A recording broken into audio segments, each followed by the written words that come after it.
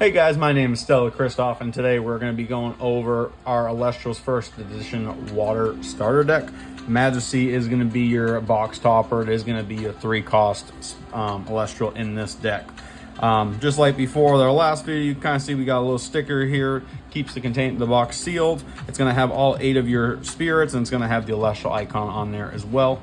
If it was torn or tampered with, it would have void on here, as you see right now. I did already look through this to see if I got a stellar. Sadly, I did not. On the side of each, you're going to have your water symbol and then your icon for the starter deck, for the water starter deck. Kind of looks like Majesty's face if you look up close. On the back, it's going to explain about the starter deck and about the game. You got your QR code for a learn how to play guide, leads to a YouTube channel that does help a lot. You got your card list, your deck list on the side. It is going to be 40 cards in your main deck, 20 in your spirit deck. Again, this is water, so that's going to be the main theme of this deck. You got your custom 20-sided die, kind of dark blue on the bottom, light blue on top. 20 sides. The symbol right here, the water symbol, will be your number 20. You're going to use these to see who goes first and also keep track of how many spirits you have left in your deck. Remember, water is your life points. It's your resource. You need to know how much you have on hand at all times. Got pamphlet right in the back. QR codes on the back of this as well. Kind of explains the game. Personally, myself, I like the YouTube channel for it. Any questions that might come up that you might have, they're going to explain it as they're showing you in the video. In the very back, you are going to have a little cheat sheet. As you see on the bottom, it shows all your runes and what the symbols and what they are, and then how to declare an attack with their Elestral and your Elestral, what they're going to do. And then on the other side, it's going to have all your phases and explain what you do in each phase. So as I said, you got 40 cards in your main deck. You're going to have 20 in your spirit deck. Because this is water, this is mainly going to be water spirits. You actually are going to have a total of 12 Leviathans in this deck. There's going to be some fire tossed in your Vipyro. You're going to have 5 of these in the deck. And your Lycanist, your Wind Spirit, you're going to go ahead and have 3 in here. You'll see as we start going over the cards, you're going to have a little bit of each spirit in these decks, Elestrals in these decks. So we're going to start off right on top with Majesty. This is your box top, but this is the main card that you want to try to get out in your deck. It's going to give you the best chance. Cost 3, it's got 6 attack and 14 defense, one of the highest defenses in the game so far. This Majesty gets +1 attack for each enchanting water on your field. Water enchanted Elestrals cannot be targeted by opponent's Elestrals effect. So if you have a card, say Ledagon, when you cast an Ambrosia or a Golden Apple Discord, it destroys a card on the field.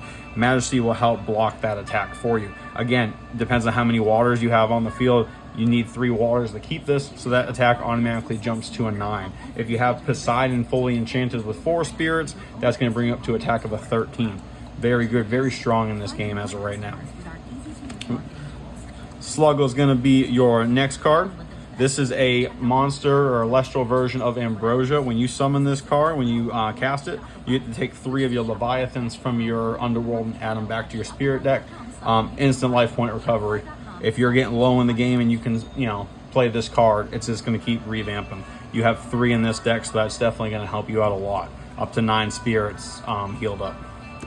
Globby is going to be its Ascension form, and then Majesty being its final Ascension. This is going to be a 2-cost, 4 attack, 8 defense. Very good defense.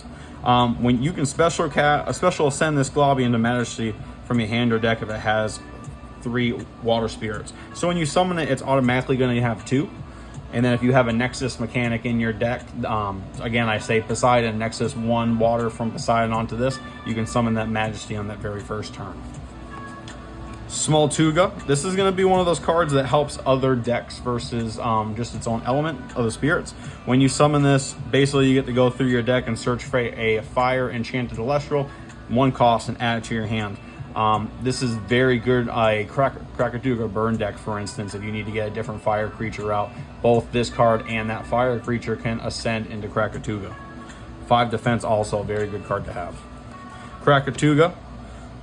Very, very high defense. If anyone runs a water deck with Galaxy. Galaxy switches the attack and defense, so you can switch this to a 9 attack. But you can expend 2 fire spirits from your spirit deck, and your opponent has to expend any 3 spirits from their deck And then also when someone plays Eruption, if you have, I believe there's Eruption in this deck, when you play it, you get to destroy a card as well. Foamy. This card's really good to have if you can't get your stronger cards out. So for instance, you have Smoltuga. Oh, that's a normal cast, my mistake. Anyway, Foamy, you get to, when it's destroyed in battle, you get to summon a water creature from your deck, a 1-cost water creature. So if you were trying to set up a play on your opponent, I go back to Galaxy, switch that attack and defense. That has a 2 attack and a 5 defense. If Foamy gets destroyed and you can summon that, you can turn the tables pretty quickly. Aetheros. So I talked about the Nexus ability. This is one of those creatures that has it automatically. You can Nexus up to 2 water spirits. When you do, you can draw a card for each water that a card received this way. So again, you have your Globby that we showed you earlier. Even if you Nexus 1 water onto that, you get to draw a card first of all, and then you can special ascend to your Majesty. Oystress, this attack gets this Oyster gets +1 defense for each enchanting water on the field. So again, you have your Majesty out in this card. Majesty's going to gain 4 attack now. This one's going to gain 4 defense. Jumps to a 7 right off the bat. I always go back to that Galaxy. I have that. I personally run that deck. We switch in the attack and defense. If you can have, say, 6, 7 water spirits on your field, and Galaxy's ability flip-flops the attack defense, you're going to have a 10 attack on the field at 1 cost. Mustation. This is a very strong card to have in, again, that Galaxy deck because it switches the attack and defense. This card does it organically as well. You can expend 1 water spirit to switch the attack and defense until the end phase of the turn. Also, when your opponent normal casts an Elestral, you can do it on their turn as well. So keep that 6 attack going. Another good way to use this card is if you were running a Thunder deck and you wanted to get, say, Sonic Core out. Sonic Core is a cost 2 to summon, it's a 7 attack, 2 defense, and it blocks counter runes. You can misenchant this card with Thunder in defense mode. Not much is hitting this card, and then you can get your Sonic Core out that much sooner. It's a very safe way to get that card out. So Galaxy was the one I was just talking about multiple times. You got 2 of these in this deck.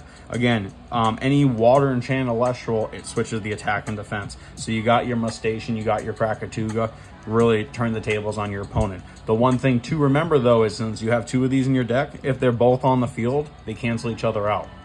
So you do not want to make that mistake, especially if you're going into a tournament. You don't want to hurt yourself that way. Wormite is a 1-cost fire Elestral, 3 attack, 1 defense. And it takes away 4 every turn. It takes away 4 attack from an opponent. I always like to use Pantera as an example. It's a 15 attack. Bring this out in the field, that brings it down to 11. Your Majesty is powered up. Even if you're using, say, artifact runes to power it up, help take out those stronger Elestrals. Peliquarius. So I talked about Smoltuga helping another element. This is a wind spear or wind Elestral that helps your water deck. When you normal cast this Peliquarius, you can search your deck for 1 cost water Elestral, and add it to your hand. Again, you want to go ahead and get a strategy lined up to get your Galaxy out. You can get this, get your Foamy in your hand, play your Foamy, gets destroyed, go ahead and summon Galaxy. Nectar of the Gods, it's going to be a Pot of Greed. You're going to draw 2 cards for that one. Ambrosia, we've talked about before. This is your helps your life points, keeps you strong throughout the game. Only one of these in this deck, but again, you have Globby, which would be a monster version, 3 of this card. Circle of the Sky, you got your Nexus mechanic again. When you do this, even if you're only Nexusing 1 element, you get to draw a card. Poseidon, this is one of my favorite divine runes. Again, I'm a Cancer, so that's probably why. But again, you need 1 spirit to bring it out, and then you can add 3 to it, and then its ability automatically lets you Nexus. So you have your Aetheros, for instance. You can use Aetheros's ability to Nexus a card from this, draw a card, and then you can use Poseidon's as well. Once that water moves, you can draw another card. Atlantis, that's going to be your Stadium rune. Got 2 of these in this deck. Every water enchanted Elestral is going to get 1 attack, 1 defense. So again, you have your Oystress, your Majesty, and this card out. If you have all these cards out, all three cards are going to help both your Elestrals on the field and just give them a ton of extra power. Trident of Poseidon, when empowered, your Elestral gets +2 attack and cannot be targeted by counter runes. Very good card to have. If your opponent has a full back row or all 4 face downs, you're not sure what's going on, at least with this one, you know they're not going to be able to destroy your monster or do anything to your monster. Tsunami, very good counter rune for a water deck. Any Elestral that is not enchanted by water is going to get turned into defense mode. You can, once this is down for a full turn, your turn and your opponent's turn, you can play it on yours. So again, if you want to set up and you want to get your Majesty out, you want to switch, or Majesty and Galaxy, switch the attack and defense. Majesty's got a 14 attack, play this, all their cards go into defense mode, knock out their entire front row. Eruption, in a Krakatoa burn deck, this is a great card to have.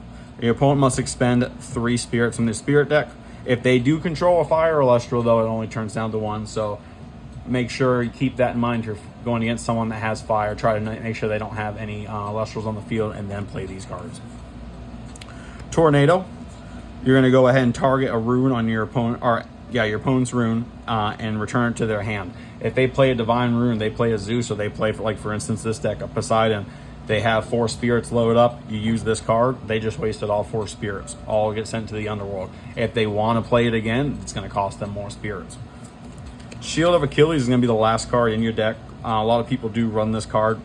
When an opponent's Elestral attacks, it's going to block the attack, but you will have to expend additional spirits. Pantera, always going back to Pantera, costs 3. So to play this card effectively, you're going to have to use 4 spirits altogether, but it's going to negate their attack and return the Elestral to their hand. So if you're using this against a 2 or a 3 cost Elestral, it's going to take them that long to bring that card back out. Gives you time to set up and try to win the game, or at least get ahead in the game. That's going to be it for this starter deck. My next video, we're going to go over the fire deck, and then all we got left after that is Wind and Thunder. Thank you all again for watching the video. If you guys like the video, please subscribe, comment down below if you want to see anything else. My name is Stellar Christoph. I hope you guys all have a stellar day. See ya.